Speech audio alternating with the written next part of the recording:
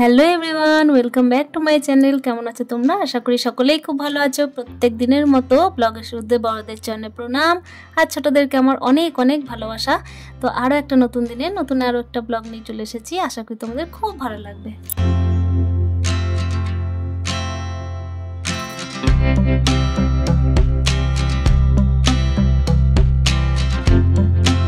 তো দেখো, আগের দিনের ব্লগে কিন্তু বলছিলাম যে ছেলের কিন্তু আর একদিন মাত্র পরীক্ষা।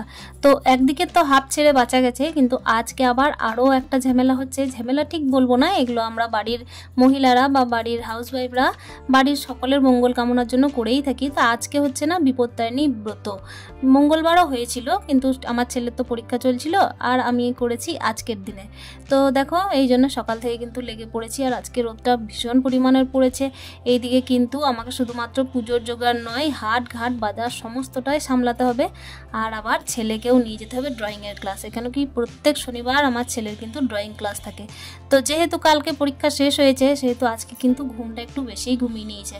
তো আমি তবুও দাদাভাইকে ফোন করেছিলাম। দাদাভাই বললেন যে আপনি পাঠিয়ে দিন, আমি কিন্তু শিখিয়ে দেবো। তো তাকে কিন্তু আমি দিয়ে আসবো। আর এদিকে কিন্তু আমি বাড়ির এই যে ঝাঁট টাটগুলো সামলে নিচ্ছি। ওইদিকে ছেলে গেছে বাথরুম টাথরুম সারতে। তো দেখতেই পাচ্ছ, বাসি কাজগুলো সেরে আমি স্নানে ঢুকবো, তারপর ওকে নিয়ে যাব। এদিকে তো বাড়ির কাজ চলতেই থাকবে, আর ওদিকে বাইরের কাজও আমার কিন্তু সমানতালেই চলতে থাকে। কেন কি ওই যে হাজব্যান্ড থাকে না, সমস্তটা তো আমাকেই দেখতে হয়। এখানে আমি দেখতেই পাচ্ছ, এই যে ঘটির মধ্যে জল আর ফুল নিয়ে চলে এসেছি। ফুলটা আজকে একটু কম তুলেছি, কেন জানো তো? কেন কি বাইরে ওই যে বললাম বিপত্তারিণী পুজো হবে, তো সেই জন্য না আমি কিছুটা ফুল রেখে দিয়েছি। আর হ্যাঁ, এই যে দেখতে পাচ্ছ কয়েকটা বই রয়েছে। তো এই বইগুলো না আমার হাজব্যান্ড আমাকে গিফট করেছিল। তো সংসারের চাপে আর সময়ের অভাবে কখনো নিজেকে আর সময় দিতেই পারি না সেভাবে। তো আগে এগুলো নিয়ে বসে থাকতাম, কিন্তু এখন হয়ে ওঠে না সেভাবে। নিজেকে নিয়ে একা যে থাকবো, একা মানে নিজের জন্য ভাববো, সেই সব দিনগুলো আর মনে হয় আর কখনো আসবে না। সেগুলো মনে হয় বাচ্চা বয়সেই হয়েছে। তা এখন মনে হয় শুধু বাড়ির জন্য আর ছেলের জন্য।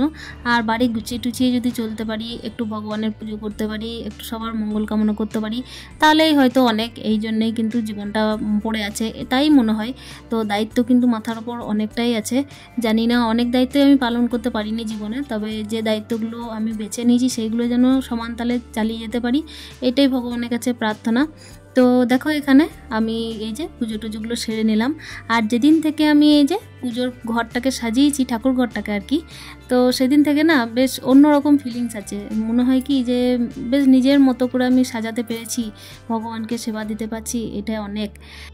আর এদিকে ওই যে বললাম ছেলের জন্য যে ড্রয়িং ক্লাসে দিতে যাব, তো প্রায় 9টা বাজে। মানে দাদাভাই বলেছিল যে 9টার সময় আনলেও হবে আজকে।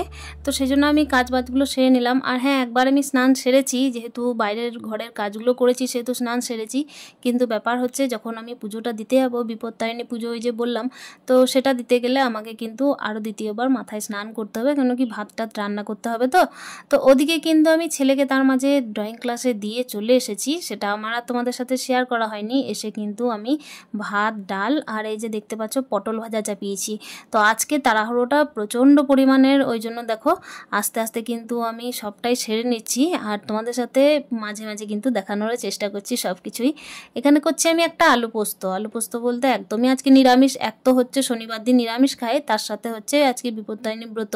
তো আমি তো ভাত খাবো না, কিন্তু বিষয় হচ্ছে যারা আছে তারা তো খাবে, সেই জন্যই। আর যারা আছে বলতে গেলে সেরকম বাড়িতে সেরকম কেউ থাকে না, কিন্তু যতজনই থাকে, দুজন থাকলেও কিন্তু তাদের জন্য ঝামেলাটা কিন্তু করতেই হবে। একদিকে ভাতের ঝামেলা, একদিকে কিন্তু লুচির ঝামেলা। তো এটা করছি অড়হর ডাল। অড়হর ডালটা না আমি ছুঁক দিয়ে নিলাম। এই ডালটা আমার ছেলে খেতে খুব ভালোবাসে, ওই জন্য ওর প্রিয় খাবারগুলোই করে দিই। ওর এমনি খাবারের কোনো ঝামেলা নেই, তবে হ্যাঁ নিজের ছেলে বলে বলছি না। তবে ওকে কি প্রত্যেক দিন মানে টাইমে 10টার সময় একবার ভাতটা দিতে হবে। ও মুড়ি খেতে পারে না, অন্য যে কোনো টিফিন খেতে পারে না আর কি। তো যে কোনো বলতে কি ফাস্ট ফুড যদি দেওয়া হয় হোটেলের কিনে দেওয়া, তখন কিন্তু খুব পছন্দ, কিন্তু ব্যাপার হচ্ছে বাড়িরটা আর কি ভালো লাগে না, হেলদি খাবার। ওদিকে দেখতে পেলে আমার মামার শ্বশুরের মেয়ে এসেছে, ননদ আর কি। তো আমি জল টল দিয়ে এদিকে আমি নিজের সামান্য যে কাজগুলো আসে সেগুলো সেরে নিচ্ছি। আর আজকে এসেছে, আমার মনে হয় একটু হেল্পও হয়ে যাবে। উইদাউট হেল্পিং হ্যান্ড তো সব কিছুই করি। তো আজকে যেটুকু ওই যে বললাম, যেটুকু পাওয়া যায়, নাই মামার থেকে কানা মামা ভালো। তো সেই জন্য দেখো আমার ননদকে কিন্তু আজকে একটু একটু হলেও কাজে লাগাবো ভেবেছি।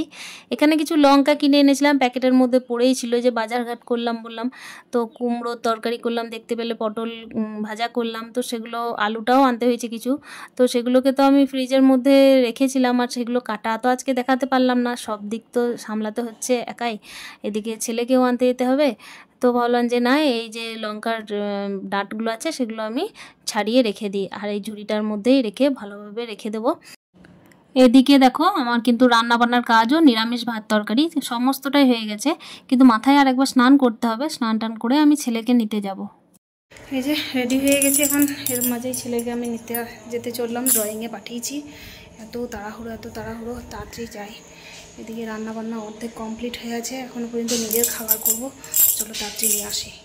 আমি কি পরিমাণের যে তাড়াহুড়োর মধ্যে থাকি এগুলো হয়তো আমি কাউকে বোঝাতে পারি না, অনেকেই হয়তো বুঝবে যে ছেলেকে সামান্য সামলিয়ে ঘর সামলাতে কি আর কষ্ট, কিন্তু এটা আমি কাউকে প্রকাশ করতে পারবো না, যে চারিদিকে ছোটাছুটি করে যখন রান্না করতে বসি তখন দেখি এই জিনিসটা নেই, আবার গ্যাসটা অফ করে আমাকে ছুটতে হয়, কখনো দেখি ছেলের এই জিনিসটা নেই তখন আবার ছুটতে হয়। তো এইসব করে করে কিন্তু তারপর সংসারের যে সমস্ত কাজগুলো থাকে সেগুলো করতে হয়, বাইরের যে সমস্ত কাজ থাকে সেগুলো করতে হয়, তারপরে এই যে বিভিন্ন দিনে বিভিন্ন রকম পুজো, আমি তো ধরো সেকেলেরও নয় আর একেলেরও নয়, পুরোটাই মানে মোটামুটি মাঝামাঝির দিকে, তো সেহেতু পুজো পাঠেও প্রচণ্ড পরিমাণের আগ্রহী, আর হচ্ছে সংসারের কাজেও কিন্তু আমি ভালোভাবেই চাই যে না গুছিয়ে গাছিয়ে করতে পারি, কার মন রাখতে পারি না পারি আমি জানি না, তবে হ্যাঁ সংসারটা ভালোবেসেছি, কেউ যদি আমাকে ভালোবেসে রাখতে পারে তাহলে অতি অবশ্যই থাকতে পারি, এরকম ব্যাপার। তো দেখতেই পাচ্ছ মা বিপত্তারিণীর কাছে আমি কিন্তু ভালোভাবে সবার মঙ্গল কামনা করে নিয়েছি, আর ওদিকে ফল টলগুলো এনেছিলাম, এই যে দেখতেই পেলাম আমার পুজোর বাসনগুলো নামানো আছে, মানে পুজোর ফল টলগুলো নামানো আছে। তো এখানে না আমি এই যে সুতোটা কাটতে দিয়েছিলাম, মোটামুটি আমার ঠিকঠাকভাবে কমপ্লিট হয়নি সুতোটা রেডি করা, আর এখানে সবাই মিলে দেখো পুজোর জিনিসগুলো নিয়ে আসছে। ওদিকে কিন্তু পুজোটা আমি কমপ্লিট করে চলে এসেছি, আর কিছুক্ষণ পরেই দেখো এই যে আটা মাখতে লেগেছি, তো আমার এই যে ননদটা কিন্তু আটাটা মেখে দিচ্ছে, আমার একদিকে হেল্প হচ্ছে, আমি বললাম যে একটু মেখে দিতে। তো এদিকে মুখ টুক ধুয়ে একটু ফ্রেশ হলাম, কেন কি প্রচুর সিঁদুর টিঁদুর মাখিয়ে দিয়েছে, এদিকে ঘড়িতে বাজতে চললো 2:30, হ্যাঁ 2:30 বাজতে চললো, মানে এখনও বাজেনি। তো খাওয়া দাওয়া কিছু হয়নি এখনও, এখন একটু রেস্ট করব, মুখে চোখে জল নিলাম, একটু পরে আমি আটাটা যেটা মাখা আছে সেটাতে লুচি করব, মানে এত হাড় ভাঙা পরিশ্রম যে কি বলবো। তো চলো আমি লুচিটা বেলি, তখন তোমাদের সাথে আবার দেখা করছি। ঘড়িতে এখন বাজে প্রায় 4:30, আর এই টাইমে আমি কিন্তু লুচিটা ছাঁকবো, আর কি বলবো, এই যে দেখতেই পাচ্ছ আমি কিন্তু চাকা বেলনের মধ্যে লুচিটা বেলি না, আমি এখানেই মোটামুটি আমার সুবিধা হয় তো এখানেই বেলে নিই। প্রথমে তো হাতের জন্য আমি বেলতে পারতাম না, কিন্তু এখন সমস্তটা অভ্যাস করে নিচ্ছি আস্তে আস্তে, তো এখন ভালোই মোটামুটি পারছি। তো দেখো সারাদিন কিন্তু অক্লান্ত পরিশ্রম করেও, হাড় ভাঙা পরিশ্রম করেও কিন্তু একজন গৃহবধূ বলো আর যেখানে মা হয়ে যায় সে তো আর বলতেই হবে না, আর আমি সন্তানের জন্যেই কিন্তু বিপত্তারিণী ব্রত মায়ের করতাম, তো করছি এখনও, প্রায় আমার ছেলে যখন থেকে আজ 10 বছরের হলো, তো আজ 9 বছর থেকে আমি কিন্তু এই ব্রতটা করছি। যতই কষ্ট হোক না কেন, যতদিন বেঁচে থাকবো, যতদিন পারবো আশা করছি ততদিন করার চেষ্টা করব, যতদিন না আমার মানে হাড়গুলোর জোর থাকে ততদিন তো অতি অবশ্যই করব। তো দেখো এখানে এই যে লুচিগুলো দেখছো ভালোই বেশ ফুলকো লুচি হচ্ছে, ভালোই লাগছে, কিন্তু আমার খেতে একদম ভালো লাগছিল না, একদমই না, কেন কি আমি উপোস করে লুচিটা খুব একটা খেতে পারি না, যতটুকু না খেলে নয় ততটুকুই কোনো রকমে খাই, কি করব কিছু করার নেই, এটাই খেতে হবে সেজন্যই খাই। তো সকালে দেখলাম আমি তরকারিগুলো করে রেখে দিয়েছিলাম, আর শুধুমাত্র লুচিটাই করেছি, এদিকে লুচি টুচি আমার রেডি, তারপরে হচ্ছে একটু চুল টুল বেঁধে নেব, আর তারপরে এই যে ছাদের কাপড়গুলো দেখো তুলতে চলে এসেছি, আর সোনু এসেছিল, সোনু বলতে এই যে আমাদের পাশের বাড়ির যে বৌদির মেয়ে আছে সেই মেয়ে, কদিন আমার ছেলের পরীক্ষা চলছিল তো তাই একটু কম আসছিল, শরীরের মধ্যে কিন্তু ক্লান্তি প্রচুর পরিমাণের মনে হচ্ছিল, আর কোনো কাজ করব না, এবার কিন্তু একটু শুয়ে পড়লেই হয়, কিন্তু কি বলবো এই যে বাড়ির ঝাঁট টাটগুলো দিতে হবে, কাপড় টাপড়গুলো নিজে নিয়ে যেতে হবে, আর মাঝে তো একবার রান্না টান্না করে আমি স্নান করেছিলাম, তাই জামা কাপড়গুলো আবার কাচা হয়েছিল, তো কি আর করা যাবে, কিছু করার নেই। তো ফাইনালি এতক্ষণে একটু রিল্যাক্স হলাম, আর ফ্যানটা বন্ধ করে রেখেছি, প্রচণ্ড গরম করছে, কিন্তু ব্যাপার হচ্ছে ব্যাকগ্রাউন্ড মিউজিকে না ফ্যানের আওয়াজ এলে খুব খারাপ লাগে, আর সারাদিন মানে হাড় ভাঙা পরিশ্রম, কি করব কোন দিকে যাব কি না মানে বোঝা মুশকিল, মানে খাবার করতে হলো, লুচি করতে হলো, আবার এদিকে হচ্ছে ভাতের জোগাড়, ফলের বাজার, হাট ঘাট, মানে ছেলে নিয়ে ছোটাছুটি, তো এতক্ষণ একটু রিল্যাক্স হলাম, তোমাদের সাথে একটু গল্প করতে এলাম। গল্প বলতে আর কিছু না। যদি ব্লগটা ভালো লেগে থাকে তো অতি অবশ্যই একটা লাইক কমেন্টের মাধ্যমে জানানোর চেষ্টা করো, আর চ্যানেলটা সাবস্ক্রাইব করে পাশে থেকো। তো দেখা হচ্ছে নেক্সট ব্লগে। সবাই সুস্থ থেকো, ভালো থেকো, সাবধানে থেকো। Stay happy with happy happy মন। টাটা।